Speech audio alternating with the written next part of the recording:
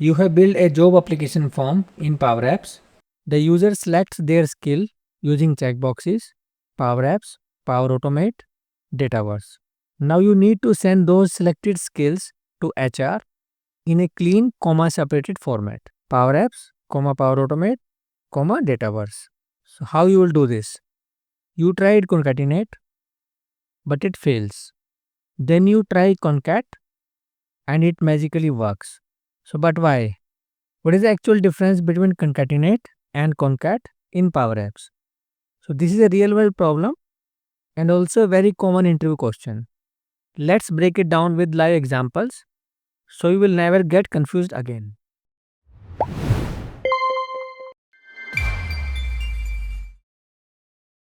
Welcome to the Power Apps interview series by Course Elevate. So in this video, we will talk about difference between concatenate and concat in Power Apps. So let's first see the concatenate function. So in Power Apps, concatenate function joins two or more text string into a single string. So using concatenate, you can join multiple strings. So syntax will be concatenate function.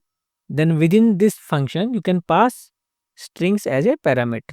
You can have n number of strings. So let's see an example.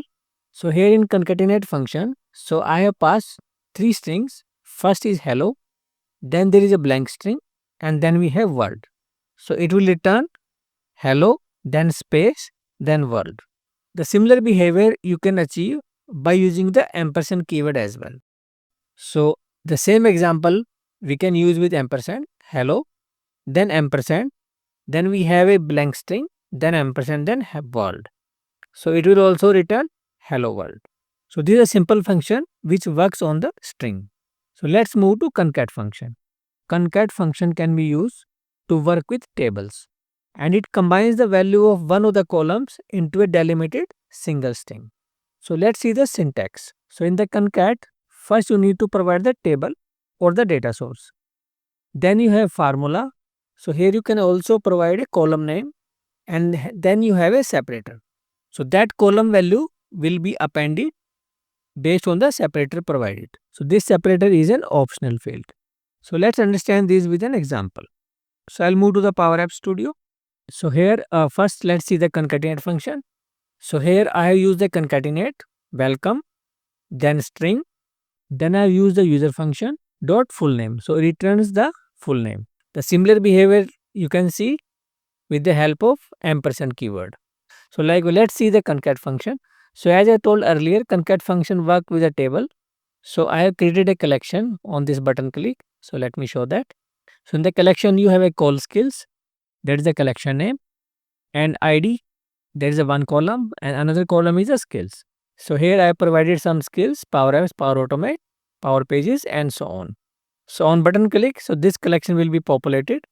This is my combo box and the combo box item property I have provided this collection and this is the label. So here label I have used the concat function and in the concat function what I am passing as a parameter is first is the combo box one dot selected items. So this will return the table. Skills is my column name. So you can see in the collection. So skill is my column name and then I will concatenate it with comma delimiter. Okay. So let's try to run that. So I populate the collection. So you can see all the items over here. So let me select Power Apps. So you can see Power Apps is populated, Power Pages, SQL Server, Power Automate. So if I remove them, so they will be removed. So this is how you can use the concatenate and concat function in Power Apps. So if you have not still downloaded my top 20 Power App into question and answers, so please download it. Link is present in the description box. So please like, subscribe and share this channel. Thank you.